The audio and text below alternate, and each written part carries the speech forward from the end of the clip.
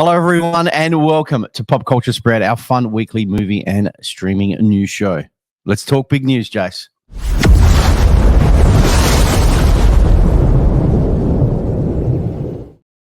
This one's for the F1 fans, Jace. F1 Brad Pitt's Formula One movie gets a poster and a trailer this Sunday. Wow, this is exciting. I didn't even know this was coming out. Did you know this was? Yes, I Yeah. did. I did. This is the reason why I consider it big news this week. Is this film is really? It's obviously Brad Pitt. It's directed by the same director that did Top Gun Maverick. Oh, And what they've been doing, Rick, over the last Formula One season, they've actually been filming this film over the Formula One Grand Prix weekends. wow. Apparently, it is the most access anyone's ever got to the Formula One. They're keeping this realistic. Apparently, the production is just hundreds of millions of dollars. This is touted to be a giant blockbuster summer release, and it comes out next year, Rick. It looks really exciting. So, they're basically, there's been a Formula One movies before, like with Rush. Steve McQueen and that, and Rush and things like Yeah.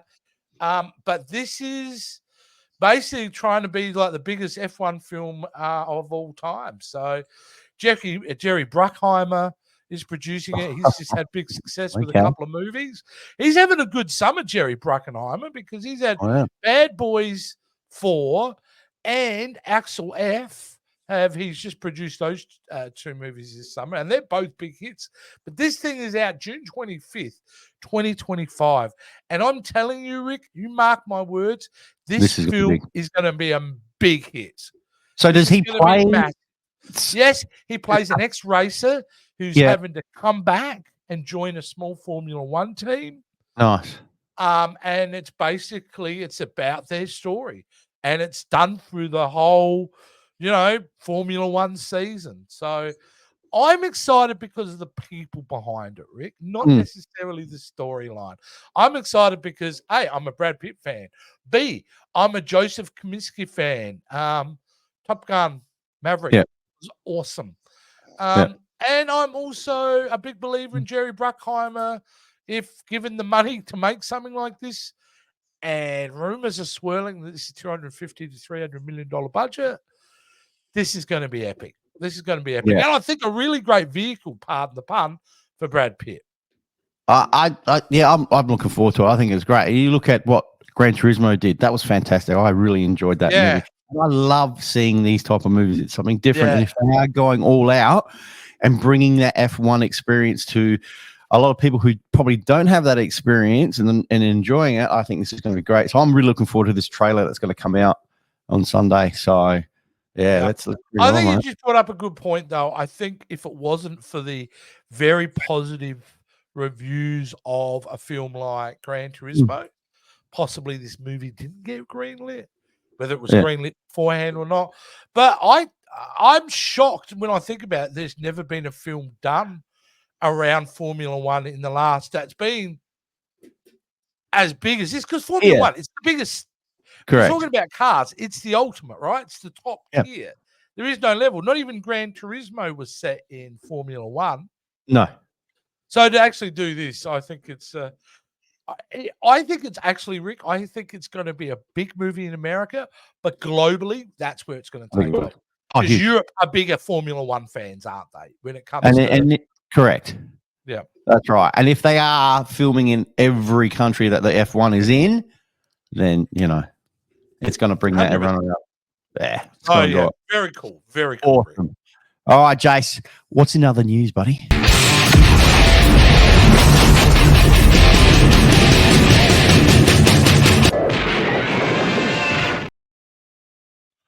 Fans are losing their minds, Jace, because they're seeing Nathan Fillion's Green Lantern costume in behind the scenes, photos that are on the Superman set. Now, I haven't seen these photos, so I don't know why everyone's losing their minds over this. You've not seen any photos of behind the scenes of Superman? I've seen a few of them, but not the one about this Green Lantern one, though. All right, so he's playing a Green Lantern, but he's playing Guy Gardner Green Lantern, Gun Superman. arguably probably the most controversial Green Lantern around there. But everyone's freaking out because the pictures that we have, and I've got some, you can see some of the behind the scenes pictures here, but if we go over to Twitter, Rick, we get a better view of some of these images. Now, firstly, you can see there's Superman looking magnificent. We also see a little bit of Green Lantern in the back. Yes, in the blonde wig is Nathan Fillion. And if you know Guy Gardner, that's pretty accurate. And then, well, who you're seeing up here, we've got Hawk Girl. Right. And Mr. Terrific. So I would say this is behind the scenes of an action scene. All right. Let's see if we can't get a better look. Let's see if I can't zoom in here a bit, Rick, just to show you what he looks like. Are we getting any small? Oh, they're not going to allow us to zoom in much more. That's right. Bummer. But if you actually have you can go online and have a good look. But there he is. Isn't it amazing? Nathan Fillion's actually now playing Green Lantern, which the fans have wanted for 20 years or more. He's in there. So why are they losing their minds? Come on. Well, they're not saying he looks exactly. And if you notice something, besides Superman, they've got a similar costume. So they're part of a team. Now, my colleague over on another channel, Jason Roygasson, told me the name of the team they're a part of because it comes from the comic books. But it's very deep cuts. Very deep cuts. And it gets me excited more about this film, Rick, because James Gunn isn't doing what most people know. He's not doing the Justice League or the Justice Society. He's going into deep, deep comic book territory here and pulling out storylines that most of the general public didn't know. So I love that they're going this way with Superman. And if anyone is asking, yes, I love the Superman suit. I think I like it. It looks incredible. Looks old school. Yeah, it looks really, really good. So here we go. Nathan Fillion is Guy Gardner. Now, Guy Gardner's a bit of a douchebag, right? And Fillion can play that. He can play that. He knows how to play. Well, he's talented. He just knows how to do everything. Come on. Hey, but there is one thing that we didn't speak about in this photo. If I could bring it back. Who's the blue guy? It's the blue guy. Holding her up. Who's the blue guy? Clearly a CGI suit. Motion capture suit. So it'll be really interesting to see what characters will be there as well. But it's really crazy to think we're getting a Superman movie, not just about Superman, but about Superman being in the DC universe. Very exciting stuff. Mate, very excited. I'm looking forward to it. All right, Jason, let's move on to the next story. Let's get into a bit of Marvel news, as we always do. Marvel is next. Yeah, I know. It's just crazy. Well, it's Marvel world. Marvel execs give updates on Daredevil, Born Again, Eyes on Wakanda, and Agatha all along. What is going on? There's some interesting stuff going on here. Well, information in this story, on the headlines, it doesn't seem like it's really a big story, but it's what the executive says that's very interesting in this. And we're going to go talking about Daredevil, Born Again. And this is the Marvel executive producer goes, Daredevil is incredible. In some ways, it's similar to some ways to X-Men 97. Now, that's a statement on it. That's huge. Okay. Because it's reviving something that the fans love, but it is taking it in a new direction. These characters have matured. The universe is different than it was. Things have changed. Society's changed. Matt Murdock and Wilson Fisk have changed, and the characters are going to collide in ways that you've never seen before. It's no longer enough to try to murder each other. There's a whole game of politics at play. I'm loving that description, and I'm loving how fresh it's going to be. And I think they were right to readjust and go, we need to recognize the other 3 seasons of Daredevil and include that as part of our storyline. So that allows the audience to get reacquainted and then push forward with their story. So I think that was great news. I can't wait. That sounds positive. That's next year. We'll get to see early next year, February, I believe. We'll start to get that series.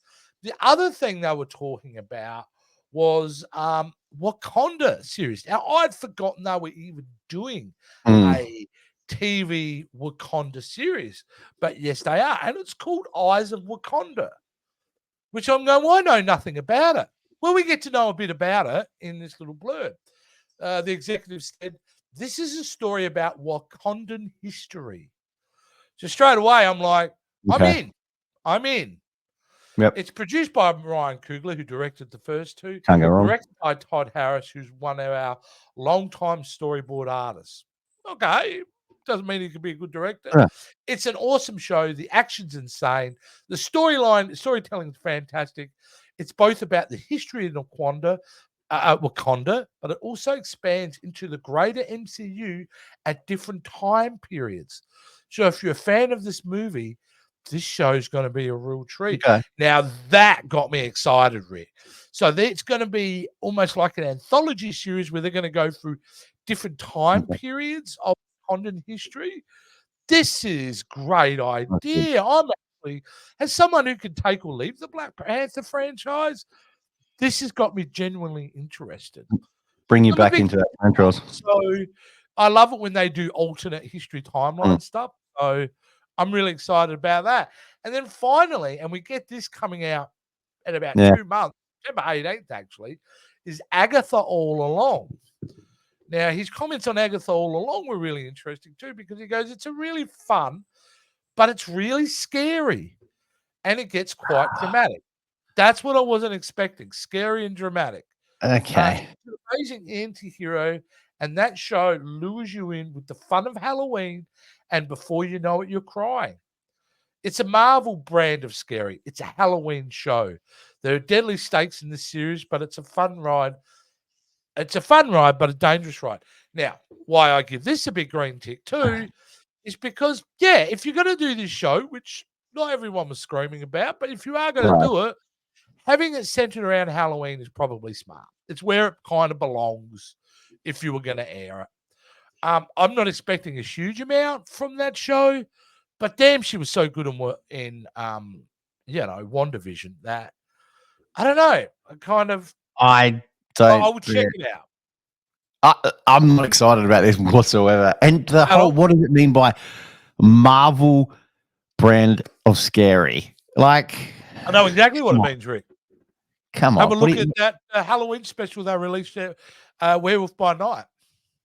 Yeah, that was good. That would be you. Like, the only thing we can, when they go Marvel brand of scary, there it is. Right there. I don't see it. I just don't see it. I could be wrong, but I'm not excited about it. The other two, 100%. This one, no. I'm excited because I love performers and I love strong. And Catherine Hahn is right up there for me. I think she can do no wrong. So I'm backing it based on my love for her. No, fair enough. Fair enough. Yeah. There you go. All right, mate. There you go. All right, let's get into some more Marvel news, mate. Well, but over in the Sony on the other side. Sony news, I should say then. Yeah. Spider-Man Noir, Brendan Gleeson reportedly cast as the villain. Now, this is exciting news. It is a show that no one would have expected to happen. And it's happening the way it's happening is really cool. I mean, the fact that we've got Nicolas Cage. Yeah. Playing Spider-Man. What? Which is pretty He's just batshit crazy. And to get a quality actor like Brendan Gleeson, who we know can play a really great villain, what a great kind of juxtaposition to Nicolas Cage. You know what I mean? Like, it's not like they're similar people, right? So this is a Sony show. It's been greenlight by MGM Plus and Prime Video for May next year. So it's not an MCU show, even though it is a Marvel show. So so basically there was a few quotes here that have just come out. And one of them is, this series will star Nicolas Cage as an aging and down on his luck private investigator in the 1930s New York who was forced to grapple with his past life as the city's one and only superhero. So it's not canon. It's not going to fit into the MCU. It's not supposed to. This is an Elseworld story, and I think that's absolutely phenomenal. Now, the head of Amazon MGM Studios, Vernon Sanders, said that expanding the Marvel Universe with Noir is a uniquely special opportunity. We are honored to bring the series to our global Prime Video customers.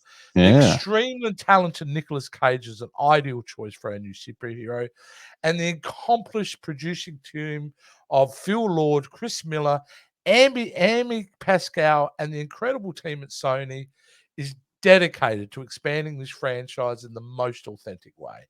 And that is good news. Right. So, look, at the end of the day, they've got talent behind it, in front of the camera, behind the camera. They seem to be all in it. And it's so nuanced and different that I think this is going to be something really special to those Spider-Man fans. I think the Spider-Man fans are going to get a huge kick out of this. A bit of a shock, bit of something different. Yeah, I'm digging it. 1930s, I love that. I love that old school style, and it's something different. We're not into that modern side of Spider-Man. So, look, the only thing that would make it that would blow my mind, and I would just completely geek out if they made it black and white. They actually made it black and white. Well, they might. That would be if they do. absolutely Then there you perfection. go. So, because they might. Great, but you know, maybe they don't. Who knows? So far, though, it's really great news, and I like that they're doing interesting things. Sony at the moment for all their failures, and they've had a lot of failures in the Spider-Man universe. We've had a few failures. At least they take a swing at things. Yeah, like I don't know how many other studios would go, Madam Web, yep, we're greenlighting that. Or Morbius, yeah, that'll be good. Mobius, sorry. Or even Kraven the Hunter. Yeah, we're going to give that film. I've seen it, and the word is it's amazing. But Sony are willing to take risks with the Spider-Man universe, and I respect them for that. I just hope this works out to be a good Sony production and not a Madam Web style production. So we all hope that, Jake. You never know these days, man. You never know. All right, Jason, before we get into the trainer wreck of the week, I just want to remind the guys that they can hit that like and subscribe button for us, and also hit that notification bell. We would really appreciate it so don't miss out on any of our videos. And also, guys, you can hear us on audio podcast on Spotify, Apple, Amazon, and where all good podcasts are found. Guys, let's get into the train wreck of the week, Jace.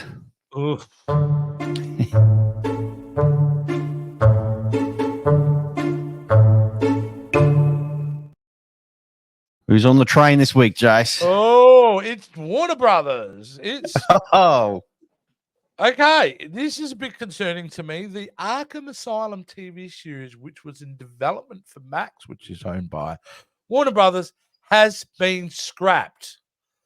And I, for one, a little bit disappointed because I would have loved to have seen Arkham Asylum storyline tackled. But it has been scrapped. But why has it been scrapped? That's the big question. And I do believe it's because it was going to interfere with the potential Batman sequel. That's the rumor going around, Rick. In what way? They canned it. Well, maybe there's elements in this TV series that are going to be addressed in the sequel to Batman. So, but this is what Matt Reeves confirms in 2022, that the GPD series had evolved into more on Arkham Asylum. So Matt Reeves initially went, we're just going to do a show on Gotham City Police Department, which sounds like Gotham. Which they've already show done. that they'd already done. But it evolved into an Arkham Asylum show. And he goes, it's kind of evolved. We're now moving on to the realm of exactly what would happen in the world of Arkham coming off our movie, and some of the villain characters again and their origins. Also leaning into that idea, it's like a horror movie or a haunted house that is Arkham. The idea of the way that Arkham is a character in the movie, Gotham is a character in the movie. I really want Arkham to exist as a character. So you go into this environment, encounter these characters in a way that feels fresh. So in our work on Gotham, that story started to evolve, and it started feeling like, wait, we should really lean into this thing. And that was kind of what it's gone. The series was developed before James Gunn and Peter Safran took control of DC Studios. So it's a shame because what I had seen just recently, Rick, was the new trailer for the Penguin, which Amazing. comes out on September 8th. And I don't know if you've seen that trailer, Rick, but that looks incredible. It looks like basically looks like a gangster movie set in New York.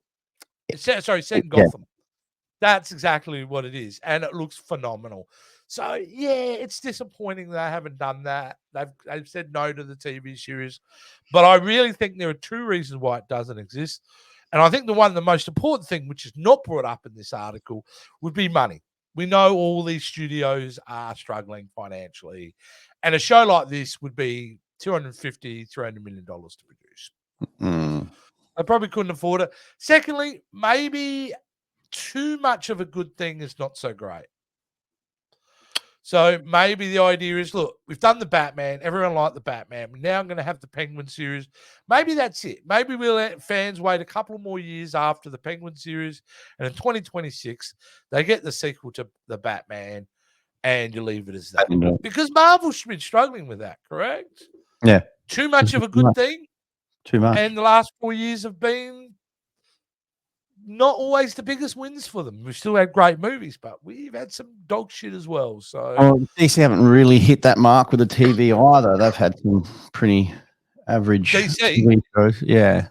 Oh, nothing really. The last thing they did, I don't know. I'd argue that a little bit, Rick. I would say in the last couple of years, they've cleaned it up a bit. I mean, if I think about what's come out in DC, The Peacemaker. Yeah.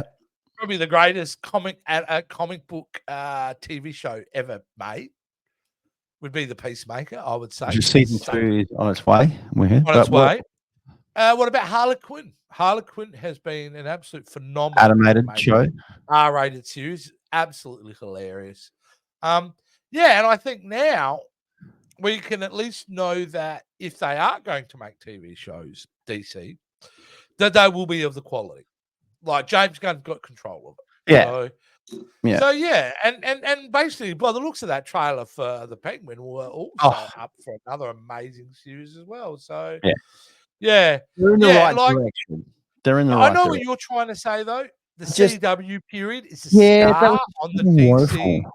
Well, Gotham Knight, garbage. Well, we had Gotham, we had Supergirl, we had fucking Black Lightning, we had Arrow, we had the Flash. All of it. We had a lot of stuff. Do we have that Superman and Lois show, whatever that's called? Yeah. So, they have gone, I think that we have to move beyond that. Yeah. And never let CW ever do a superhero show ever again. Because they started off cool because we never had something like that. And then we went, nah, this is a CW. It's a soap opera, capes. Yeah. Didn't go well. Yeah. But they're animated. You're right. The animated series are good, though. They do good animated series. There's been some great ones. And there's still been, for 20-odd years, Rick, they have been the best at doing that, way better than Marvel at doing animated films. Way better. 100%. I mean, DC put out some of the great straight-to-streaming animated movies. Phenomenal stuff. So, not always the best, but most of them have been really great. Yeah. So, there you go. But it's a train wreck because these studios come out and say, we're doing this and we're doing that. Not all the time you are. But there you go. Nice. That's it, Rick. That's it, guys. Well, that about wraps it up for the show this week. Jace, we've cracked up some great stories this week. Guys, if you want to catch, obviously, myself and Jace, you can see us every week on this channel. All the links are down below. Guys, Jace, is there anyone they can catch you? Because you're on a few other places. You catch me at Captain's Quadrant each week if you like Star Trek. I'm over on YouTube and Captain's Quadrant talking Star Trek every single week. You can also find me appearing occasionally on the Jason Roy Gaston channel. But interestingly enough, hold tight because there'll be an announcement made very soon of a new show that I'm going to be doing on this channel, which will make those announcements shortly. But most importantly, you can catch me here every week talking movie and streaming news. Awesome. We'll see you guys next week. Bye. See, guys, thanks for watching. If you could do us a massive favor and hit that like, subscribe, and notification bell. Also, come and check out us on all our social media accounts and keep up to date. And if you're looking for some clothing, you're needing some merch, we've got you covered at the Pop Culture Spread store.